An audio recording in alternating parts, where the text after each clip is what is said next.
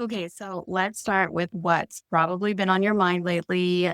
Maybe not out loud, maybe not even clearly, but subtly, something in the back of your mind, maybe that you felt in your body, that kind of, why does this feel harder than it used to feeling? So you haven't stopped showing up. Your offer didn't suddenly become irrelevant. You're still creating content, nurturing leads, opening doors, answering DMs, but something just feels off. Not broken, not dead, just heavier, stickier. The numbers are still trickling in, the leads are still coming in little by little, but the effort that you're putting in doesn't match the return. So you're still getting some interest, but it's just not converting like it used to. You're still launching and talking about your programs, but it feels like you kind of slipped into this more of convincing mode, like you have to convince instead of just calling in the right people. And if that sounds familiar, first of all, I just want to pause for a second. It's not you, it's not your audience effort. It doesn't invalidate your worth. It's just the evolution of buyer behavior and the fact that most businesses haven't caught up to it yet. So this episode is going to break that down. No fear mongering, no, the algorithm is out to get you takes, just the real shifts that I'm seeing every single day behind the scenes in my business, in my clients' businesses, and the way that we are all being invited to sell smarter, not louder. So what's happening right now in online sales is not a crash. It's a recalibration. It's an invitation. And if you don't understand what's actually driving it, then you're going to keep trying to fix things that were never the issue. And it's just going to make your business all kinds of messy and muddy. So first of all, it's not a visibility problem because that's the first thing we go to is like, oh, I'm losing followers. I'm not growing. I just need to be more visible. That's not the problem. If you have an audience, it's not the problem. So the next thing being shoved down our throats is messaging, that it's a messaging problem. And 9 times out of 10, for people who I work with who are making 2K to 10K, it's not even a messaging problem. What it actually is a structural problem. Your business is not designed to hold sales in the way that today's buyers are buying. So let's talk about it. Those premium, dreamium clients, the ones who used to convert in a 3-day launch or jump into DMs from just one post aren't necessarily saying no. They're just taking longer to say yes. And anyone who tells you differently is not being 100% transparent. Why? Because any client, especially your premium clients, are risk averse. They are smart with their money. That's why they're your premium clients. And urgency without decision safety creates friction. So we've entered a new season of consumer behavior. Buyers are more self-protective.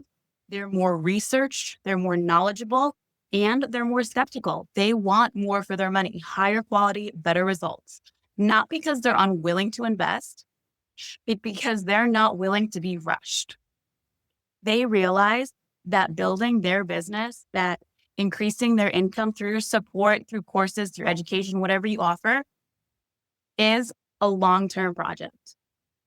There is no reason for them to rush and jump into something because they're going to be building this for their lifetime. They're creating generational wealth. So they want clarity, they want decision safety above urgency. They want to trust. They want to have trust more than that rush time. And they're already under pressure. They're trying to solve a problem. That's why they're looking at investing in you. And they really want relief and not more pressure. So they want to know that saying yes is going to bring them relief from some sort of pain point that they have and not more pressure to fix it fast. And what a lot of very successful creators are hiding behind, a new download, a transformative experience, my latest transmission, follow along for my quantum leap.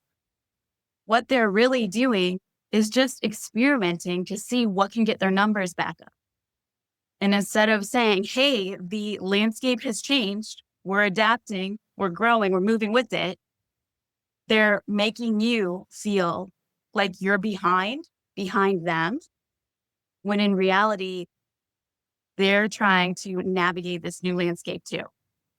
Now, in all transparency, my leads are significantly lower than they were at this time last year. My passive sales are also down. I also stopped running ads at this time. But because I have a baseline of MRR locked in, I know what it is that creates safety in my business, that allows me room to explore what my audience needs to feel safe to click and invest. And then I can implement that with my clients. So one of my clients, who is a service provider, is filling up her group offer. And she came to me after a launch that looked pretty good on paper, but it felt just completely difficult and hard in her body. So she had some interest, she had signups, she had people in her DMs asking questions, but her conversion was way lower than it normally is. So first we looked at her offer.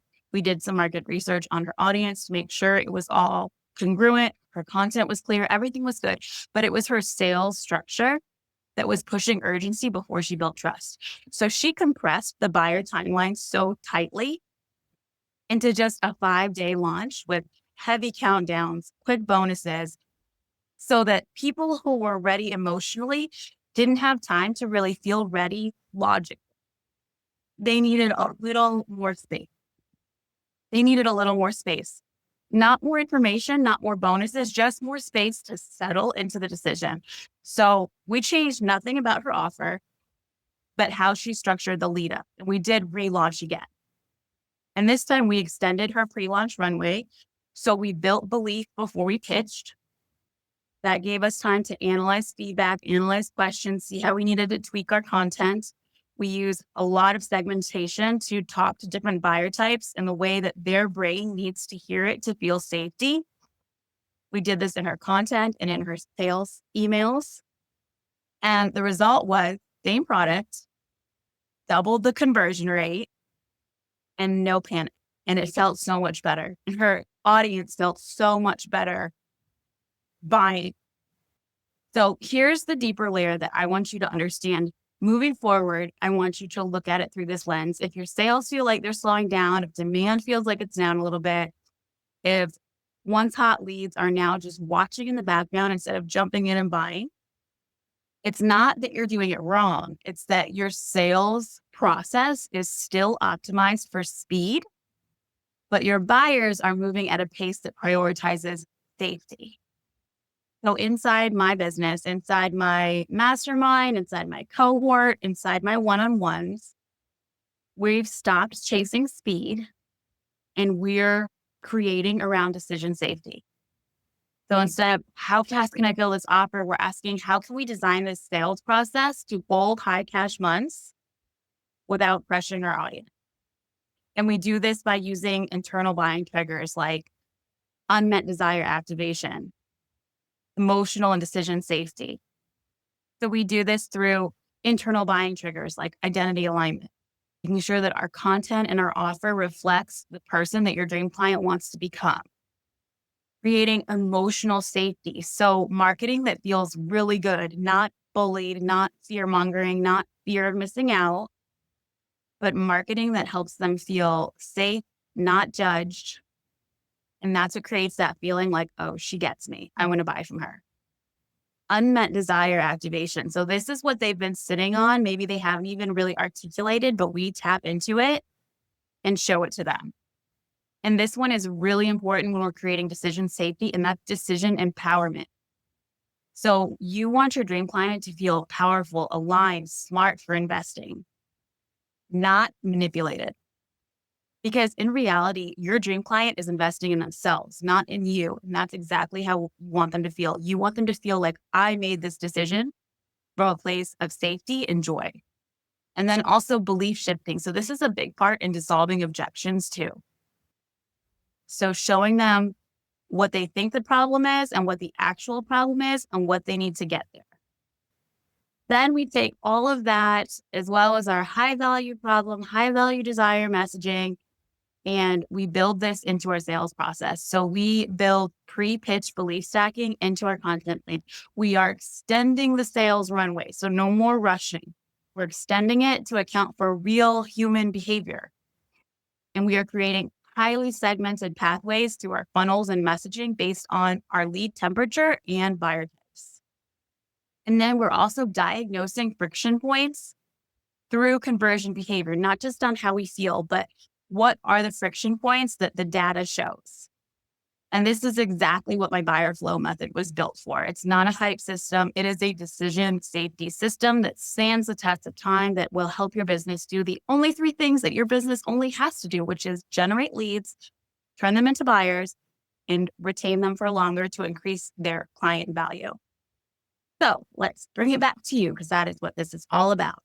If you're feeling like your business is losing momentum, if you're feeling those signs of burnout, not just in your body, but also in your conversions, and you're wondering, do I need a new strategy? Should I change my offer? Do I need to rebrand? Do I need messaging?